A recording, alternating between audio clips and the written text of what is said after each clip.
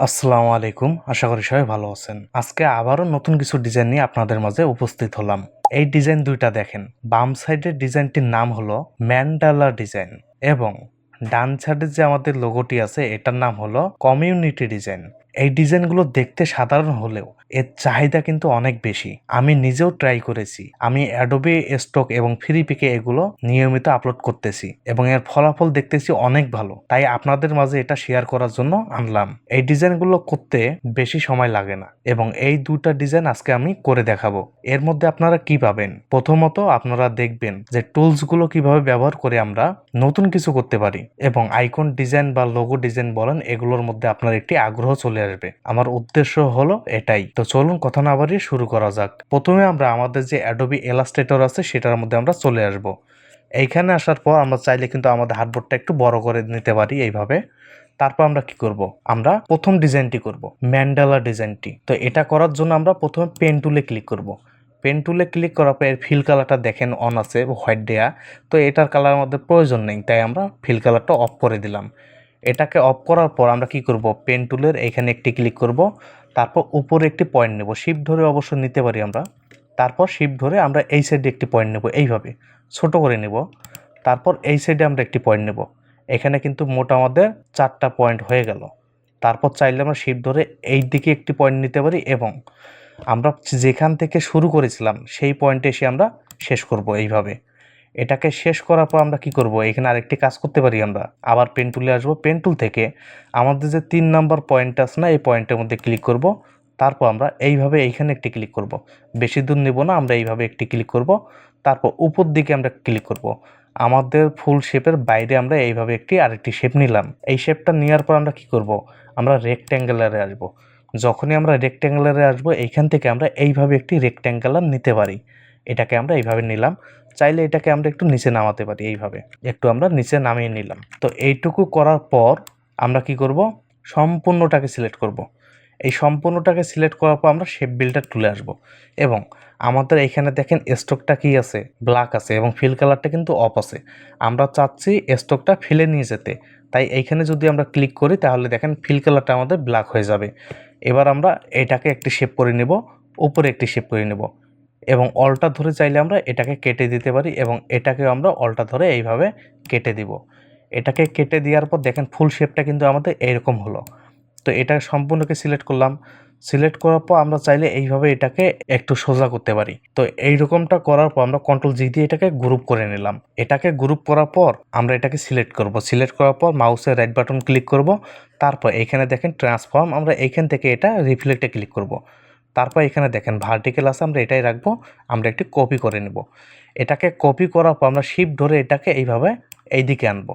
এইদিকে আনার পর দেখেন আমাদের যে রেক্ট্যাঙ্গুলারটা মাঝে নিয়েছিলাম এবং এইখানে আমরা কপি করার পর সেমভাবে এই পজিশনে রাখবো। এই পজিশনটা রাখার পর সম্পূর্ণ দুটোকে আমরা সিলেক্ট করব। এই দুটাকে সিলেক্ট করার পর চাইলে আমরা এইভাবে আরেকটু ছোট করতে পারি। এইভাবে ছোট করলাম, তাহলে দেখেন সুন্দর দেখা যাচ্ছে। তো এই দুটাকে আবার আমরা সিলেক্ট করব, তারপর কন্ট্রোল জি দিয়ে গ্রুপ করে রাখলাম। এটাকে গ্রুপ করে মাঝে আনলাম। এবার আমরা কি করব? এখানে একটি ইলিপ টুল নেব। আমরা ইলিপ টুল নিলাম, তারপর শিফট অলটা ধরে আমরা চাইলে এইভাবে একটি ইলিপ নিতে পারি এইখানে। এই ইলিপটা নেওয়ার পর সম্পূর্ণটাকে আবার আমরা সিলেক্ট করব, ইলিপটা এবং আমাদের ডিজাইনটা। এটাকে সিলেক্ট করার পর আমরা মাঝ বরাবর এটাকে অ্যালাইন করে নেব এইভাবে। অ্যালাইন করার পর আমরা কি করব? আমাদের ডিজাইনটি সিলেক্ট করব। ডিজাইনটি সিলেক্ট করার পর এখানে দেখেন রুটেড টুল, আমরা এই রুটেড টুলে ক্লিক করব। চাইলে আমরা কিবোর্ডের আর কিটা যদি ক্লিক করি বা চাপি তাহলে কিন্তু আমাদের এই রুটেড টুলটা এসে যাবে।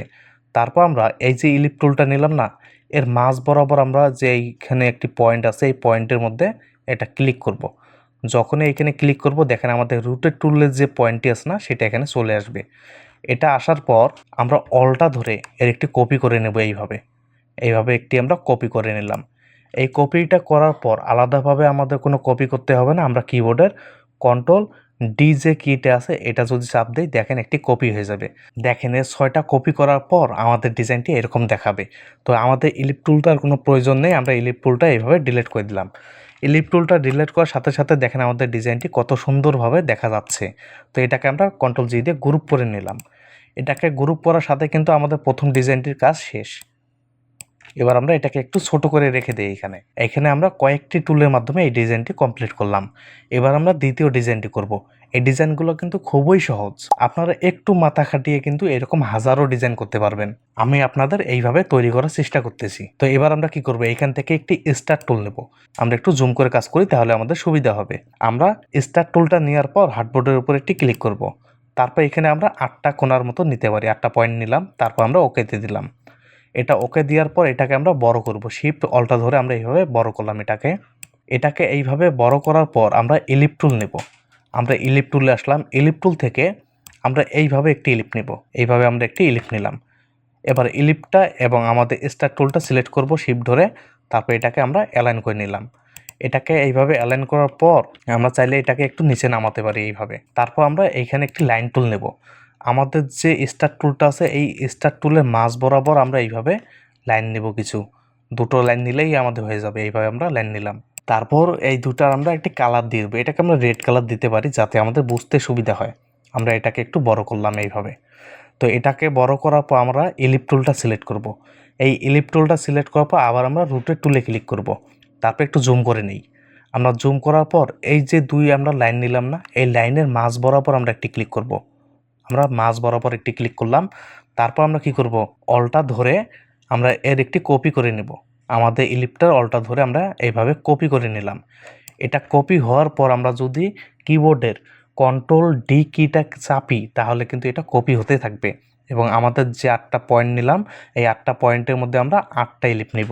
তো আমরা কন্ট্রোল ডি দিতে থাকব। কন্ট্রোল ডি দিলাম, দেখেন এগুলো কিন্তু কপি হয়ে যাচ্ছে। আমরা 8টা কপি করলাম। এগুলো কপি করার পর আমাদের লাইনগুলো কোনো প্রয়োজন নেই, আমরা লাইনগুলো এইভাবে ডিলিট করে দিলাম। এই লাইনগুলো ডিলিট করার পর আমরা কি করব, ডাইরেক্ট সিলেকশন টুলে ক্লিক করব।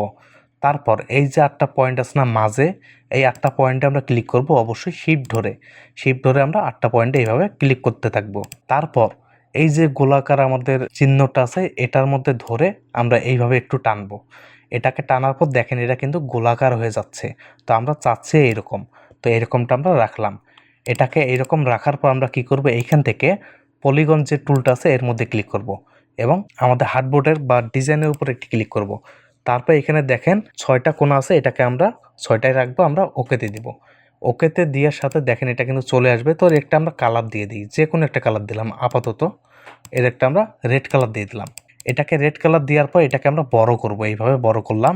তারপর শিফট ধরে এটাকে এইভাবে একটু ঘুরিয়ে নেব। এটাকে আমরা এইভাবে ঘোরালাম। এবার আমরা চাইলে সবগুলোকে সিলেক্ট করার পর শিফট ধরে আমরা পলিগন টুলটা এটা কেটে দিলাম। কেটে দেওয়ার পর এগুলোকে আমরা কন্ট্রোল জি দিয়ে গ্রুপ করব, যাতে আমাদের অ্যালাইন করতে সুবিধা হয়। তারপর সবগুলোকে সিলেক্ট করব, আমরা পলিগনটাও সিলেক্ট করব। তারপর এটাকে অ্যালাইন করে দেব মাঝ বরাবর। এটাকে মাঝ বরাবর আনার পর চাইলে আমরা এটাকে শিফট অল্টা ধরে আরেকটু বড় করতে পারি এইভাবে। এটাকে এইভাবে বড় করার পর আমরা এডিট থেকে এর একটি কপি করে নেব। তারপর এটাকে আমরা ফন্টে পেস্ট করে দিলাম। তারপর এর কালারটা আমরা চাইলে ব্ল্যাক দিতে পারি। এর কালারটা আমরা ব্ল্যাক দিলাম এবং শিফট অল্টা ধরে এটাকে আমরা একটু ছোট করব, এইভাবে একটু ছোট করব।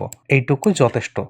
তারপর আমরা চাইলে সবগুলো শেপকে সিলেক্ট করব এইভাবে সিলেক্ট করার পর আমরা শেপ বিল্ডার টুলে ক্লিক করব। তারপর এই যে আমাদের রেড অংশটুকু আছে, এটাকে অল্টা ধরে আমরা কেটে দিব। এটাকে অল্টা ধরে কেটে দেওয়ার পর দেখেন আমাদের ডিজাইনটি কিন্তু কমপ্লিট।